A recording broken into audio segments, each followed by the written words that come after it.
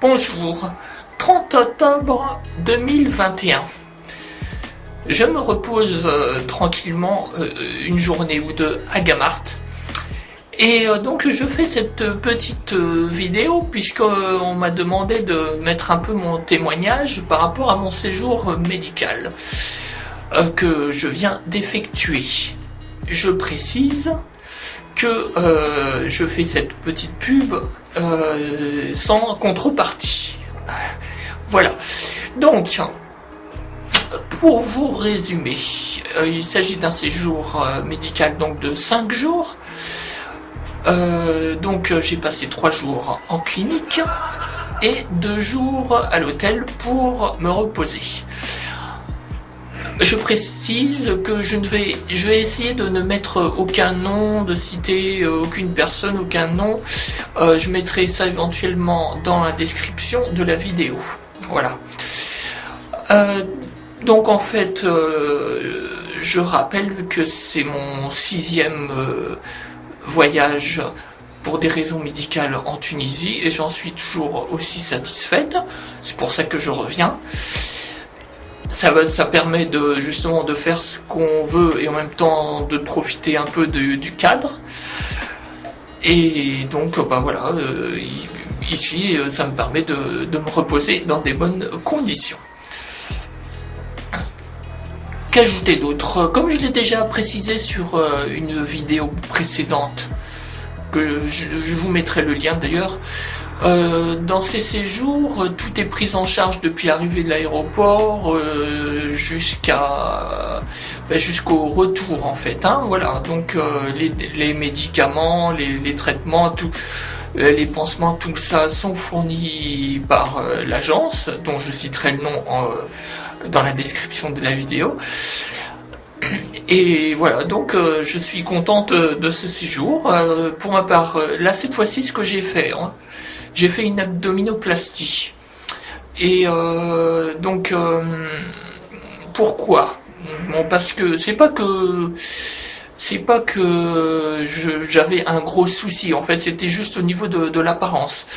C'est vrai que dans mon cas, j'avais tendance à prendre de la graisse au niveau de l'abdomen. Et donc c'était un peu disgracieux. Et donc j'ai décidé justement de rectifier cela. Voilà. Les autres fois en Tunisie, c'était surtout de la chirurgie faciale. Donc là, ça a changé du coup.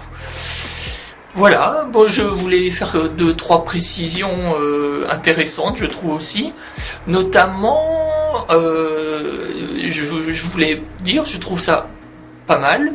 En septembre 2021, Madame Boudem est la première Premier ministre femme donc de Tunisie et aussi du monde arabe.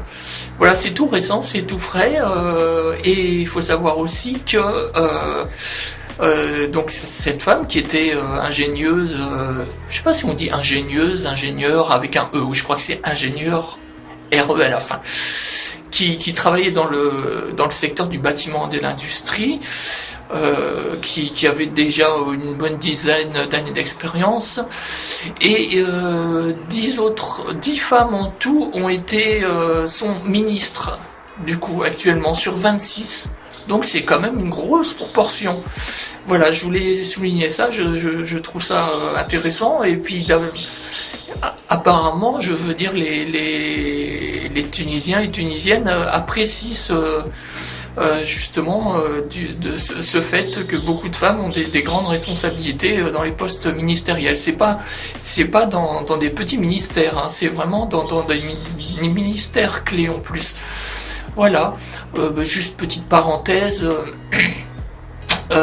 L'indépendance de la Tunisie, c'était en 1956, c'était sous protectorat français avant, donc le président Bourguiba a été donc élu en 56. La devise de la Tunisie actuelle, en tout cas, c'est liberté, dignité, justice, ordre. Et le 14 janvier 2021, il y a eu la révolution tunisienne. Et donc là, en 21, on fête la 10e année de la révolution tunisienne. Petite précision concernant les secteurs d'activité. Les services représentent 64%.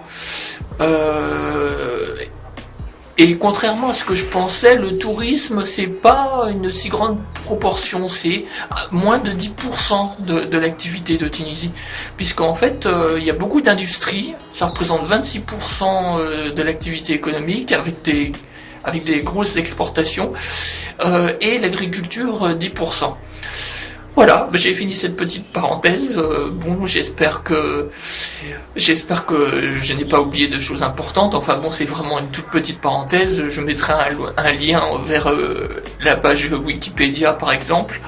Voilà, pour avoir plus de précision. Je vous remercie. Au revoir.